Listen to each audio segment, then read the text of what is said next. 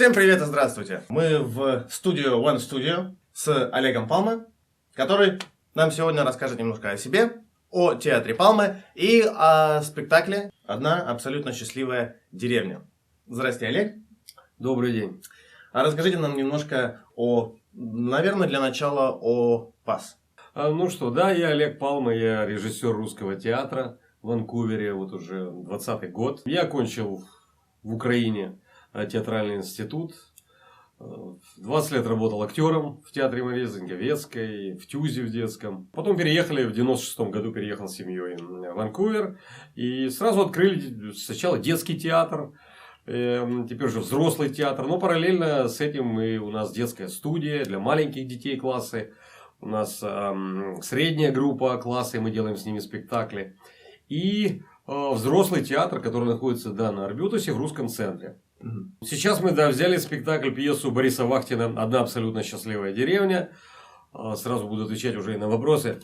Взяли ее почему? Ну, потому что эта пьеса, в ней есть такая тема, как любовь природы к человеку. Терпимость природы к человеку и обратная реакция человека. На сегодня, мне кажется, это очень актуально, потому что люди привыкли, так сказать, только брать для себя, наживать, так сказать, пользоваться материальными благами, забывая про духовное, про отдачу. А природа терпелива, она требует, чтобы человек с ней общался, была какая-то взаимосвязь. И вот эта пьеса как раз показывает любовь этой природы и понимание некоторых людей этого. И, соответственно, появляется такое естественное природное счастье. Счастье от общения, того, что человек, беря себе, отдает. Очень романтичная пьеса, очень светлая, музыкальная. Мы влюблены в эту пьесу, мы ее решаем довольно необычно. И мы ее играем на русском языке, но параллельно идет перевод на английском языке, как Женя знает. Да. Вот. Я знаю. Вот вы сказали немножко о том, что вы решаете эту пьесу немножко необычно. А не могли бы нам рассказать немножко о том, что необычно в вашем решении этой пьесы? Надо сразу отметить, что эта пьеса шла в Московском театре, в Москве, в театре Фоменко.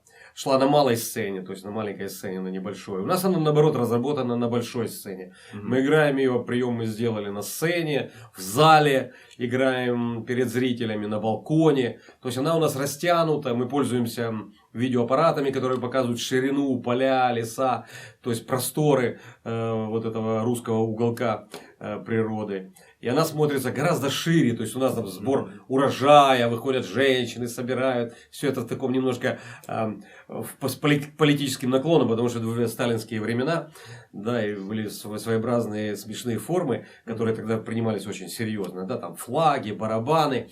Вот, мы все это постепенно так восстановили, соединили.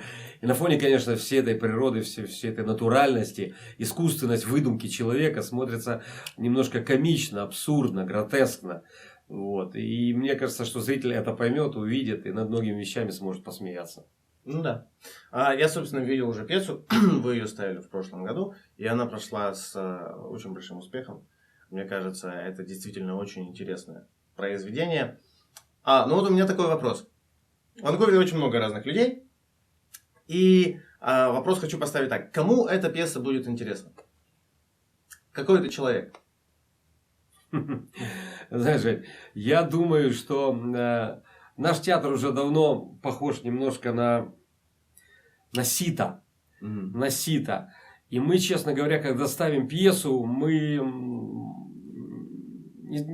меньше всего думаем о том, как бы поучать людей, да, как-то давать какие-то, может быть, даже духовные ценности. Нет, мы позволяем человеку самому разобраться, где он. Он с нами или он пролетает через это сито. Потому что каждая книга, каждый театр, каждый фильм имеет своего зрителя, да, свое понимание. И в этом плане мы собираем именно тех, кто нас понимает больше. Да? Мы разговариваем со зрителем на общем языке. А в детских спектаклях там другой разговор. Конечно, там детям играем, объясняем, они влюбляются во что-то, понимают что-то, находят для себя какие-то ценности. Взрослый язык, конечно, совсем другой. Это язык одномышленников, да, людей, которые понимают тебя, которых понимаешь ты. Для этих людей мы и показываем эту пьесу. Потому что, конечно же, просто загнать всех, чтобы они просто купили билеты, ну, мы не делаем масштабных представлений, да, это не наша цель. Мы делаем найти своего зрителя. И чтобы этот зритель остался доволен, хотя бы понял, может быть, недоволен, кто-то чем-то недоволен, кто-то, может быть, имеет свое мнение по этому поводу. Но, во всяком случае, понимание, общий язык мы находим со своим зрителем. Вот это ценно. Ради этого работает театр.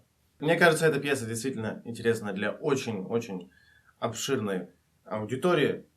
Я еще хотел сказать, что эта пьеса пройдет 7 числа, 14 числа, 20 и 21. Все дни, кроме 21, она проходит в 7 часов вечера. 21 она проходит в 4 часа. Да, это, кстати, был мой следующий вопрос. Да, и сорвал с языка. It's okay.